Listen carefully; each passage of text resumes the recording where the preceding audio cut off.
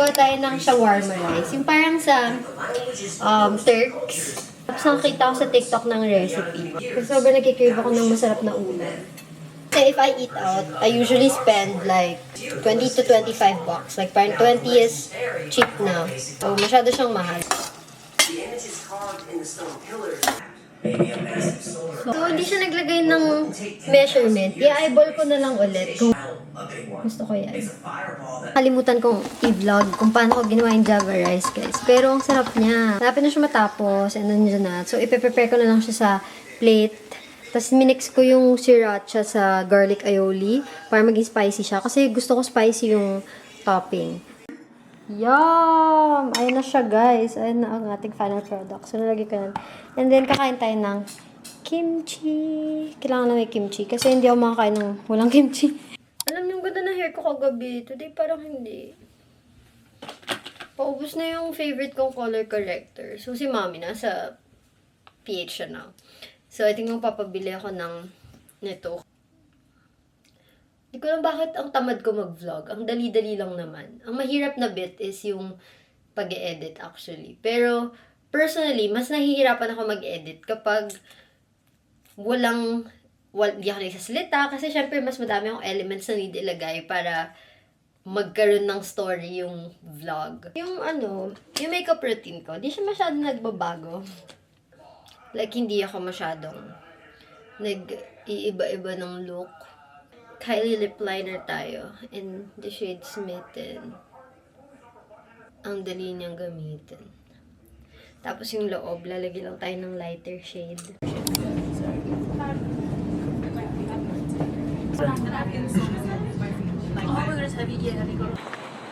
We're here in the city. Minsan-minsan lang kami pupunta sa city kasi medyo marami tao, ganyan, tsaka mahal. So, hindi always. Pag may mga ganyan lang, like today, nag-reserve kami ng lunch. So, kain kami steak. Is it here?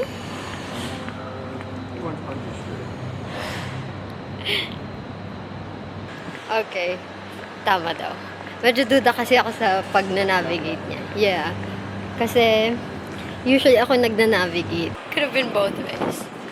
Why is it suddenly like cold? Like it was so hot before we left. We're nearly there. Okay, doon ako ulit mag-vlog. Kasi baka maubos na naman yung battery ko.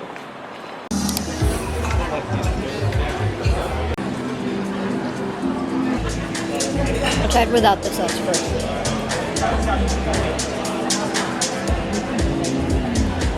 That's good. Oh, yeah. I tried it without the sauce It's first. like honey at sauce. And it's like, it's literally melting in your mouth. I'm trying it with the sauce. The garlic bread's really awesome. No, this is good. The beer is good. Beer's delicious. The garlic bread, delicious. Calamari steals the show though. 10 out of 10. So good. Look at that. So fun.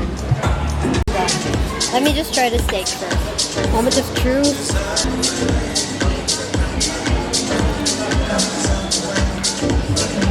Of course it's good. I'll try it without the mushroom dip. Do it with the sauce though. The sauce makes it. Yeah. Chicken. Oh, it's so good. Have more. Have you had peri-peri chicken? Yeah. It's like that, but it's better.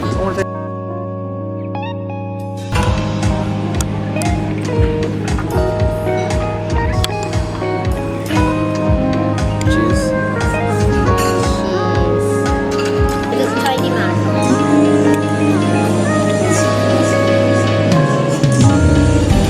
내게로 와서 melt my heart 봄의 향기를 담은 그대를 보며 그냥 웃음만 짓게 돼 Don't know what to say You were just like one spring day 설레임을 주는 걸 So, I'm making lunch. Nag-fry lang muna ako ng chicken. Ayan. So, chicken fillet dapat, pero breast, ay joke.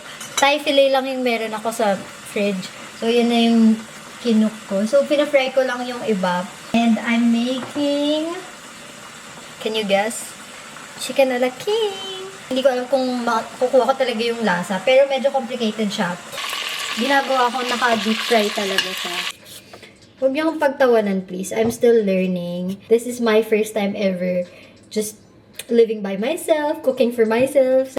I wasn't actually going to vlog. 1 year na nga ako dito eh. Tapos, hindi ko lang talaga ma-convince yung self ko na i-vlog. Kasi nga kinakabahan ako, like, it's my first time doing all of this. I'm so happy that I did. Kasi, personally, I also love watching my videos. Kaya ko siyang digital diary. Naisip ko tuloy, wala akong memory of my first year here. Pero okay lang, bawi tayo. Nagpadal yung measuring cup. Hinuhulaan ko lang yung measurements. Hindi ko alam ano nangyayari. Lalagyan ko pa siya ng cream. Ano tawag mo? Yes! O, ano na nangyari sa chicken? Eto, na ginagawa ko pa din. Naging malaking ba? Oo, parang. Tignan mo. Oo. Oo. Okay naman. Nagluto ano dati at tayo lang naman lumulutuin Upskill na siya, nag-upskill. Sabi niya. Yum! Wala na, nasa ano tayo.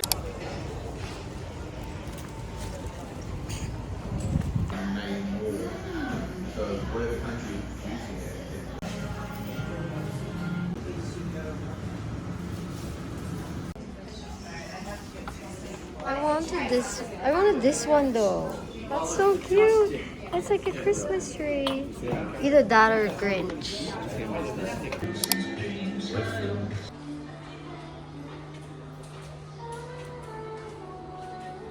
Different design. It's very... What? I just got that. And the dash out. Is it not? Did you guys not get this stuff? That's so cute. Which one did you think? Which one do you want? I wanted a classic You want looking this? one. The traditional one. Because we used to get baubles that are like Really? white, whatever. Oh, but I like these. And I've done I like pastels. these though. There's more in there. There's bigger ones, but I don't think that will fit what we want. We need Christmas lights. We also need Christmas, tinsels as well. Did you want to get a Christmas light for the outdoor, for the balcony? $10 each. Wow, that's too much. Oh, but I think it's because it's long. Oh wait, no. Sure. Yeah, that's $2, yeah. It's giving Sabrina Carpenter.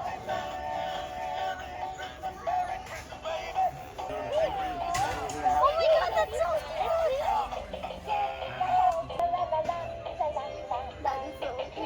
Hindi ako makapag-vlog nung nandun kami sa mall kasi ang dami nangyayari, ang daming tao and everything. Mag-haul na lang tayo. Tapos papakita ko sa inyo later kasi na-set up namin siya. Super excited ko! So, I got some bubbles. This is from Typo. A snow globe Miffy. Ah, so cute! Look at it. Tapos may snow globe siya. Naka-promo siya ng buy 2, get the third one for free. So, bumili pa kami. So, I picked 2 for myself. Tapos isa si Art. I picked Kuromi. And it's not that festive. Kaya nung una, medyo hindi ko alam kung kukunin ko siya. Pero, meron naman siyang ganyan. And cute pa rin naman. Tsaka, gusto ko kasi yung dalawang favorite na character is Miffy and Kuromi. So, it's so me. And the last one is this one, si Santa na nagsushui. I think that's really funny. Pero yan, si Art nagpili niyan. May isang bag pa doon. Pero ito yung isang bag from Kmart. Most of our Christmas shopping sa Kmart talaga namin ginawa. Kasi doon talaga madaming selection. Tapos, andun na lahat. Ayaw na namin umikot-ikot. So, first thing is ito. Placemats. Oh, I love it. It's so festive. Mas mahilig ako sa circle na placemat than square. We got some tea towel. So, yung theme ko for this Christmas, I want it to be very traditional, red, green, as in colorful. Tapos, I picked out a lot of gingerbread. 3 tea towels siya. Pero yung Sa likod, red lang siya. And then, para naman siya sa toilet. So, one na candy cane, tsaka isang red-green. Tapos ito, bumili lang ako ng isa kasi di ko sure kung kakasya siya sa ano namin, chair. It's meant to be like a cover, Santa Hat chair cover. Ayan. Bumili muna ako ng 1. Kung kasya siya, bibili pa ako ng 3. Pero yan. And of course, we had to get some mugs. $5 lang to sa Kmart. So, ayan. This is mine. This is Art's. Parang baliktad, no? Parang dapat para sa kanya to, sa akin to. Pero ayan, cute siya. Eto, binili ko lang siya. Hindi ko sure kung saan ko pa siya ilalagay. Like, hindi ko pa siya na-plan out. Pero isang ganyan. Merry Christmas. Tapos isang candy cane design. Yung, ano namin, window namin. Ganyan siya, glass. So, iniisip ko ilagay dyan. Pero, ang problema ko lang, baka hindi siya maalis ng maayos. So, we'll see. I also got this for our small table dun sa may eating area.